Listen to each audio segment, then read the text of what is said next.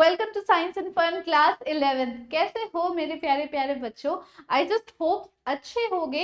And I know आप लोगों के स्कूल में यूटी एग्जाम्स चल रहे हैं, यूनिट टेस्ट आने वाला है। बहुत सारे बच्चों के खत्म भी हो चुके होंगे, बट जिनके नहीं हुए हैं या फिर आगे भी जो भी एग्जाम्स आने वाले हैं उसके लिए क्या आप रेडी हो? अगर आप रेडी हो तो बहुत अच्छी बात है। अगर थोड़ा बहुत डर लग रहा है, एंजाइटी हो रही है और लग रहा है कि पता नहीं कितनी प्रिपरेशन हुई है नहीं हुई है, then this video is right for you। And video को पूरा देखना एंड थोड़ी बहुत हेल्प मैं कोशिश करूंगी कि इससे आपको मिल सके, इस वीडियो के थ्रू आपको मिल सके। तो सबसे पहले आपको क्या करना है, ये सोचो कि आपके सिलेबस में कितना चैप्टर है। मान लो हम लोग इतना जानते हैं कि बायो में आपके फर्स्ट 6 चैप्टर्स आ रहे हैं, ठीक है? First 6 chapters, you know that very well. Living world से लेकर एनाटॉमी तक। अब आपको पता है लिविंग वर्ल्ड और बायोलॉजिकल क्लासिफिकेशन छोटे छोटे चैप्टर्स हैं। You can divide these chapters into some sections, ठीक है? To easy, to moderate and to difficult. इस तरीके से जब आप अपने सिलेबस को डिवाइड करोगे ना, आप not going to give any kind of बहुत ज्यादा कोई ऐसा एक्स्ट्रा ज्ञान देना या फिर बहुत फंसा के रखना वीडियो पे, कुछ नहीं। सिंपल एक स्टेप फॉलो करो यूटी के लिए, अपने होम एग्जामिनेशन के लिए, ताकि आप प्रिपेयर हो जाओ। 10th में आने के बाद जो ये 11th में बड़ा सा पहाड़ आपके ऊपर गिरा है ना क्लास 11 के सिलेबस का, उसको थोड़ा सा रिड्यूस करने की मैं बस कोशिश कर रही हूँ आप लोगों की। तो अगर बायोलॉजी में 6 चैप्टर्स आपके आ रहे हैं, आप 2 इजी, 2 मॉडरेट और 2 डिफिकल्ट चैप्टर्स में उसे डिवाइड कर सकते हो।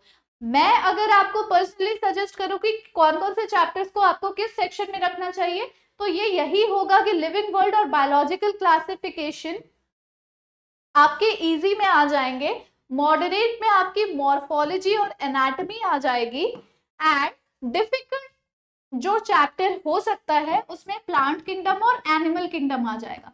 ये 2 डिफिकल्ट चैप्टर्स हैं, क्योंकि प्लांट किंगडम के अंदर आपको algae, bryophyte, pteridophyte, gymnosperms, angiosperms 5 divisions पढ़ने होते हैं, और एनिमल किंगडम में तो आपको 11 फाइलम्स पढ़ने होते हैं। तो ये थोड़ा सा डिफिकल्ट हो सकता है। आप इस तरीके से अपने सारे सब्जेक्ट के जितने भी सिलेबस में चैप्टर्स आ रहे हैं उसे आप डिवाइड कर सकते हो।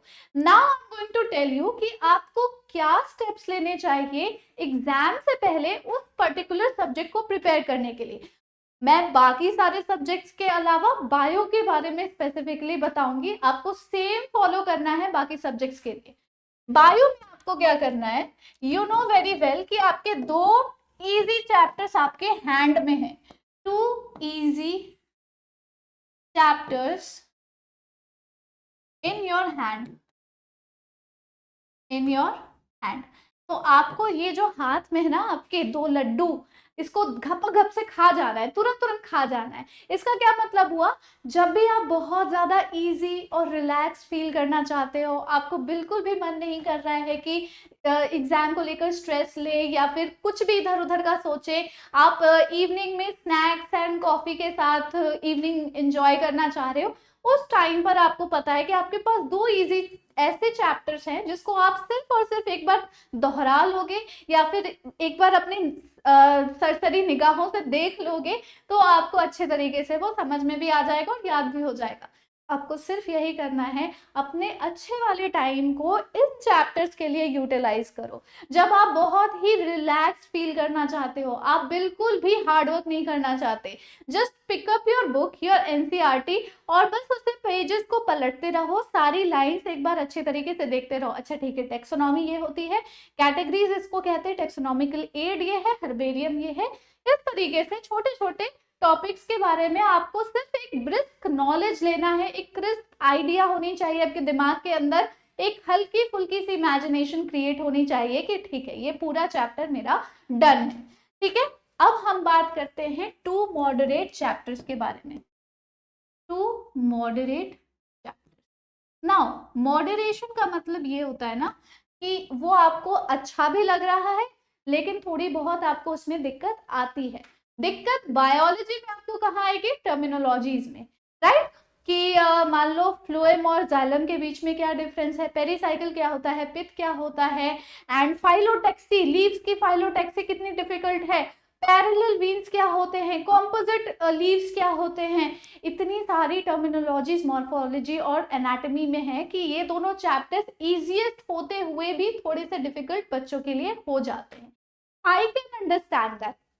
तो आपको इसके लिए क्या करना है, थोड़ा सा प्रैक्टिकल वे में इसे प्रिपेयर करने की कोशिश करो। अगर आप मॉर्फोलॉजी के चैप्टर के बारे में सोचो तो ये कुछ भी नहीं है, आपके आसपास जितने भी प्लांट्स प्रेजेंट है ना, उन्हीं के बारे में सारी चीजें बुक्स में लिखी हुई है। एक रैंडम पौधा उठा लो, उसके लीव्स देखो कि वो किस तरीके से हैं और उसे मैच करने की कोशिश करो अपनी एनसीईआरटी के बुक में जो डायग्राम दिया गया है उससे। फिर आपको कभी भी नहीं भुलाएगा कि वो लीफ की फाइलोटैक्सी आखिर होती क्या है। फिर अगर आपको इन्फ्लोरेंसेंस देखने में थोड़ी सी दिक्कत आ रही है, एक हाइबिस्कस का फूल उठा लिया और उसके एक एक पेटल्स सेपल्स उसमें से निकालते चले गए, फिर आपको पता चलेगा कि उसका एस्टिवेशन वाल्वेट है या इम्ब्रिकेट है या ट्विस्टेड है या कैसा भी है।